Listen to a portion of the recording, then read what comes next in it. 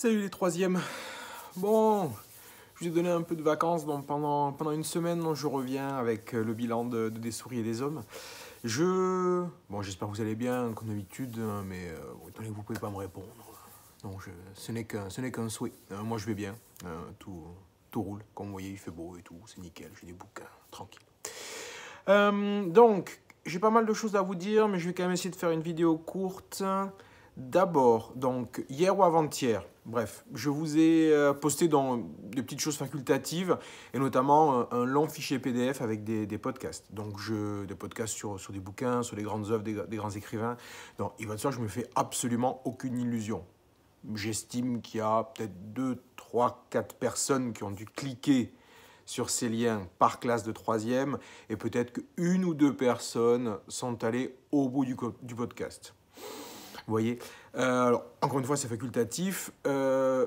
Ceux et celles qui visent bien sûr une seconde générale, qui visent même des études assez longues, qui veulent se forger une culture générale, une culture littéraire, je ne saurais trop vous encourager de plonger dans ces podcasts.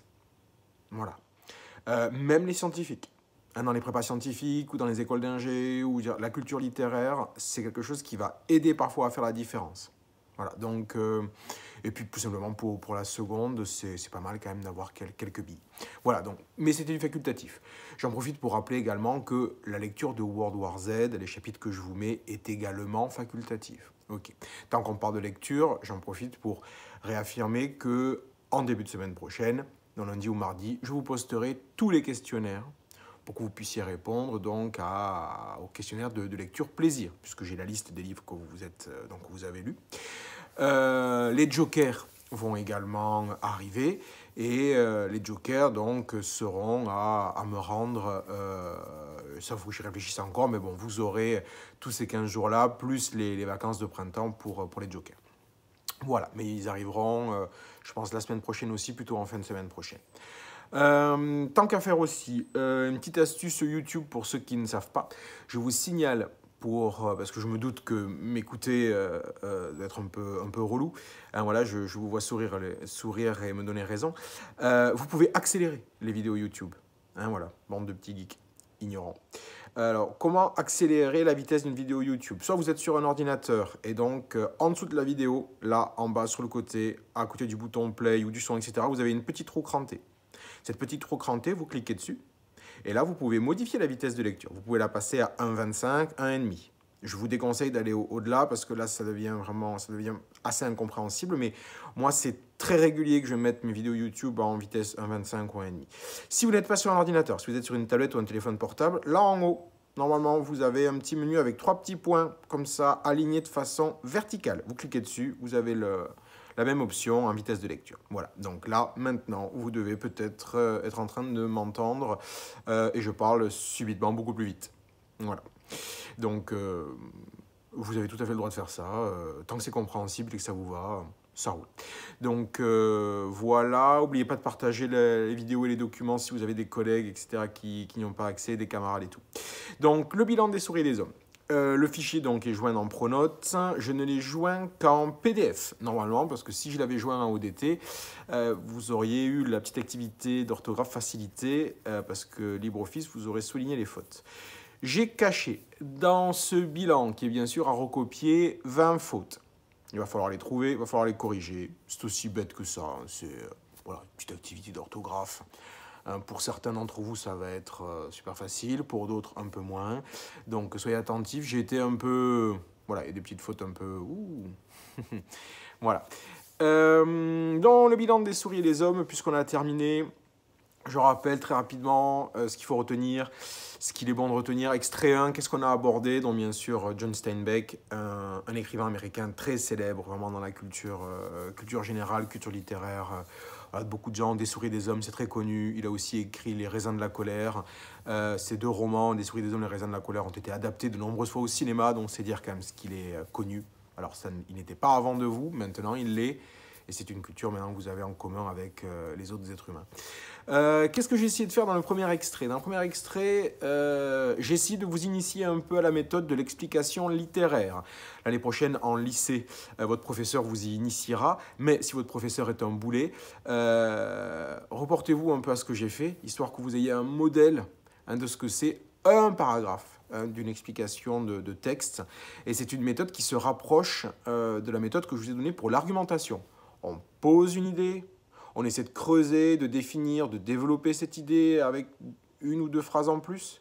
Puis on plonge dans un exemple. Là, dans une explication de texte, l'exemple, il est à chercher, la preuve est à chercher dans le texte. On va chercher cette preuve, on essaie de développer, d'analyser, d'ouvrir cette preuve, ce qui fait encore une ou deux phrases de plus.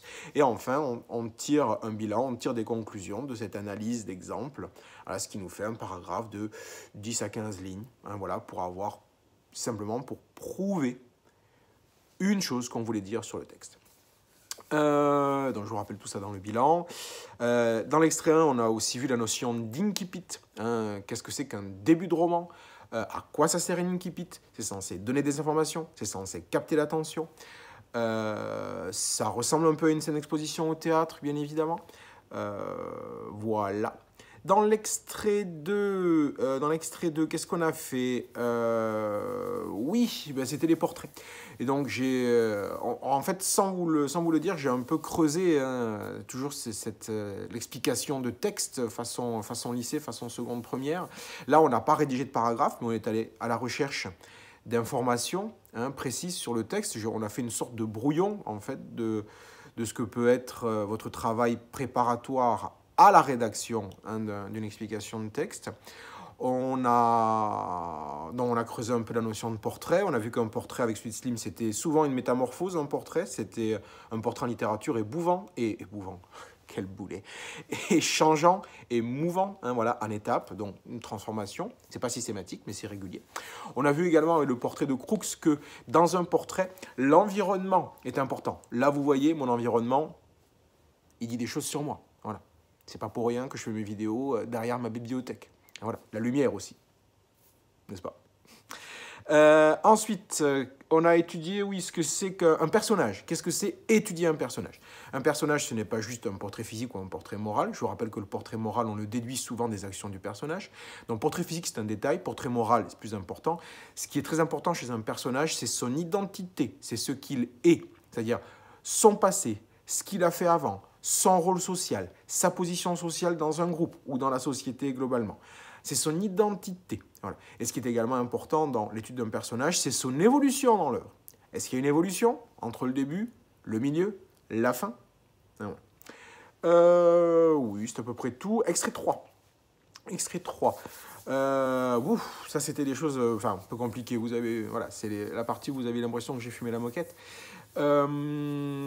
J'ai essayé de vous expliquer à quoi servait la littérature, en gros, pourquoi il y a tant de gens qui lisent, pourquoi moi j'ai tant de livres derrière moi, et pourquoi il y a encore des librairies ouvertes.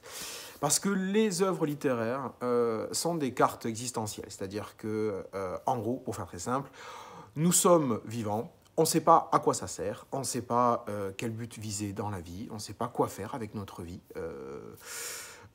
Les œuvres littéraires sont là pour nous indiquer un petit peu voilà, ce qu'il faut faire, où aller, les bonnes choses à faire, les choses à éviter. Et ça fait plus de 2500 ans que des œuvres littéraires existent et sont des chemins comme ça proposés pour mener une existence, pour mener nos vies à bien.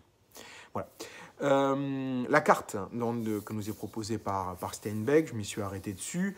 Donc je l'ai résumée en une petite phrase dans l'extrait 3, je vais la lire, je triche. Une vie humaine est une tragédie. Ben oui. Elle est faite de souffrance et de mort, de solitude, mais c'est pas parce qu'il y a ces étapes-là obligatoires dans une existence que la vie ne vaut pas la peine d'être vécue. Au contraire, la vie est une grande chance, elle vaut la peine d'être vécue. Et chez Steinbeck, les étapes formidables de la vie sont la contemplation de la nature, l'amour, bien évidemment, et le fait d'accomplir son devoir d'homme, et de réussir à être son propre maître, de gagner son indépendance, son autonomie d'être humain. Voilà. Extrait 4. Extrait 4, je me suis arrêté, oui, c'est un extrait important, je me suis arrêté sur la définition d'un héros. Qu'est-ce que c'est un héros? Et pas qu'en littérature, hein, un héros de fiction, je répète la définition, le héros incarne. Incarner, c'est je ne sais plus quoi en latin, carnus, carna, c'est la chair. C'est ce qui a donné carna, c'est ce qui a donné la chair en français. Incarner, c'est mettre une idée dans un corps, dans de la chair, hein, dans un corps. Donc un héros, il représente, il incarne les valeurs, les qualités, l'idéal d'une société. Donc, et par ses exploits, parce que le héros a de grandes qualités, donc il réalise des exploits, des actes extraordinaires, et ces actes extraordinaires lui permettent d'être célèbre et de servir de modèle à la société. Voilà, je vous renvoie au cours. Elle est importante, cette définition du héros. Donc les héros sont des modèles, ils montrent un chemin de vie, et donc pour nos sociétés à nous, hein, société humaniste, hein, droits de l'homme, démocratie, liberté, égalité, fraternité, nos héros sont souvent, incarnent souvent la bienveillance, la fraternité, ils défendent le bien, ils incarnent le courage, ils incarnent la notion d'effort, hein, et ils incarnent également des notions d'humilité. Voilà, donc rien de surprenant pour nos sociétés. Et donc quand je parle de héros de fiction, ça va de Dragon Ball Z au Harry Potter, quoi, voilà, et même aux séries que vous pouvez regarder, genre Avengers, etc. Enfin, les films, quoi. Ouais. Donc, qu'est-ce que j'ai également dit dans cet extrait 4 sur les souris des hommes? Un roman moderne. Qu'est-ce que je veux dire par moderne? Moderne est synonyme de nouveau. C'est-à-dire c'est un roman qui invente des choses ou qui refuse des choses du passé. Et là, typiquement, c'est un roman sans héros. Il n'y a pas de modèle véritablement à suivre.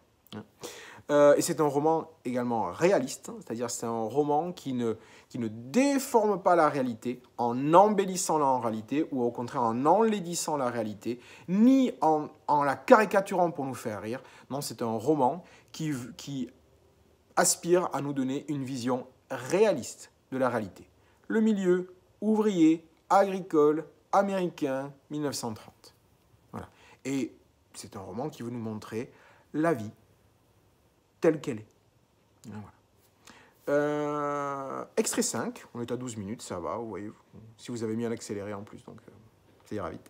Extrait 5, l'explicit du roman. C'est quoi l'explicit? C'est le pendant à l'incipit. L'explicit, c'est la fin, le moment où l'histoire s'explique, se déplie, explicare, se déplie, où les problèmes trouvent leur résolution. Donc voilà l'explicit.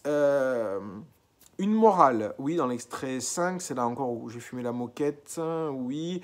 Vivez une vie d'humain, pas une vie de souris. Oui, je vous renvoie à l'extrait 5. C'est des choses assez importantes hein, quand même. Enfin, moi, je trouve. J'espère que certains d'entre vous l'ont compris. Voir le cours. Voilà. Si vous ne l'avez pas compris, gardez ce blabla-là de côté. Mettez-le de côté. Relisez-le dans 5 ou 10 ans. Vous verrez. Et puis, même, il y a la vidéo maintenant. Pour la vidéo, je ne la supprimerai pas. Donc, vous pourrez revoir ma belle tête jeune dans 10 ans. Hein, voilà. Vous aurez autre chose à faire, ouais, sans doute. Oui. Dans extrait 5... On a étudié la mécanique du suspense aussi. Le suspense, c'est quoi? C'est retarder le dénouement d'une action. Et ce retardement crée un espace de temps qui permet au spectateur ou au lecteur d'avoir le temps de ressentir des émotions. Et voilà. On retarde, on donne un espace de temps pour laisser aux émotions le temps de naître en nous. C'est tout. Et donc, plus largement, c'est quoi il y a 3 dernières phrases à la fin de cet extrait 5. La littérature, les récits et plus largement les textes fondent, organisent et influencent nos vies. Ah oui, ça c'était un truc compliqué, ça. C'est un truc compliqué, si vous ne l'avez pas compris, c'est vraiment pas grave, vous inquiétez pas. C'est le fait en fait que nos vies sont faites de textes et de langage. Hein, voilà, que nos textes de loi sont des textes, hein, que nos constitutions sont des textes, hein, que les religions du monde sont des textes et que les mots et les textes en fait jouent un rôle beaucoup plus grand que vous ne l'imaginez dans vos vies. Mais ça, vous êtes un peu petit pour le comprendre. Voilà, on est bientôt à 15 minutes. Je réfléchis, je crois que j'ai à peu près tout dit. Donc ça, c'est à recopier, classique. Il y avait un faute, trouvez-les, ne les faites, voilà, ne les refaites pas, bien évidemment, corrigez-les. De toute façon, il y a la consigne sur le PDF. Les vidéos en accéléré, tout va bien. On se retrouve la semaine prochaine avec une vidéo peut-être courte, histoire de faire un petit bilan, de bêtises à dire, etc. Et surtout les questionnaires pour les lectures plaisir. Ce qui va vous permettre de passer bientôt aux nouvelles lectures plaisir, hein, parce que tout ce que je vous ai dit tient toujours. J'ai vraiment espoir de vous revoir en juin et de pouvoir reprendre un morceau d'année normale.